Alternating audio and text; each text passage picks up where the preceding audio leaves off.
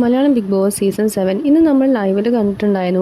Aneesha അനുമോളിനെ propose ചെയ്യുന്നതും പിന്നീട് അനീഷിന് ദേഷ്യം വന്നിട്ട് പിന്നെ അവിടുന്ന് എണീറ്റ് പോകുന്നതൊക്കെ നമ്മൾ കണ്ടിട്ടുണ്ടായിരുന്നു ലൈവിൽ.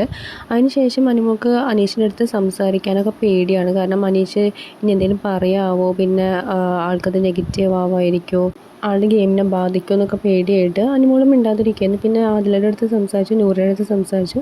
അവസാനം അവർ സംസാരിച്ച ശേഷമാണ് അനീഷിൻ്റെ അടുത്ത് വന്നിട്ട് പറയാൻ വന്നത്. എന്നിട്ട് അനുമോൾ ആരുമില്ലാത്ത സമയത്ത് നോക്കിയിട്ട് അവിടെ വന്നിട്ട് പറയുന്നുണ്ട്, എനിക്ക് സംസാരിക്കണം എന്നുണ്ടെന്ന് പറയുന്നു. ആ മൈജിക് കോർണറിൻ്റെ അവിടേക്ക് വരാൻ പറയുന്നുണ്ട്. പക്ഷേ അനീഷ് പറഞ്ഞു എനിക്ക് സംസാരിക്കേണ്ടെന്ന് പറഞ്ഞിട്ട്.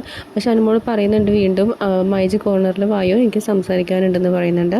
കാരണം ഇത് സോൾവ് ചെയ്യാൻ വേണ്ടിയിട്ടാണ്. കാരണം അനുമോൾ അത് ബ്രദറിന് തുല്യമാണ് കണ്ടിട്ടുള്ളത്, വേറെ രീതിയിലൊന്നും കണ്ടിട്ടില്ല എന്ന് അതൊന്ന് പറയാം. ക്യാമറാസിന് മുമ്പിൽ എങ്ങനെയാണ് അനീഷയുടെ ഇങ്ങനെ സംസാരിച്ചത്, കാരണം ഇതൊരു പ്രാങ്ക് ആണോ, ആകെ സംശയത്തോടു കൂടിയാണ് ഇവർ ഇപ്പോഴും നടക്കുന്നത്. ഇനി പ്രാങ്ക് കിട്ടിയിട്ട് അവർ ചെയ്യുന്നതാണെന്നൊക്കെ ഡൗട്ടാണ്.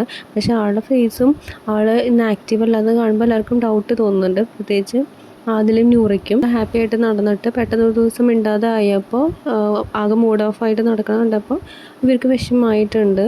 അപ്പോൾ അവരത് നോട്ടീസ് ചെയ്തിട്ടുണ്ട്. എന്തായാലും നമുക്ക് ഇനി ഇവർ തമ്മിൽ സംസാരിച്ച് എങ്ങനെ അത് ക്ലിയർ ചെയ്യുന്നത് നമുക്ക് നോക്കാം. എന്തായാലും കൂടുതൽ അപ്ഡേറ്റ്സുമായി വീണ്ടും വരാം.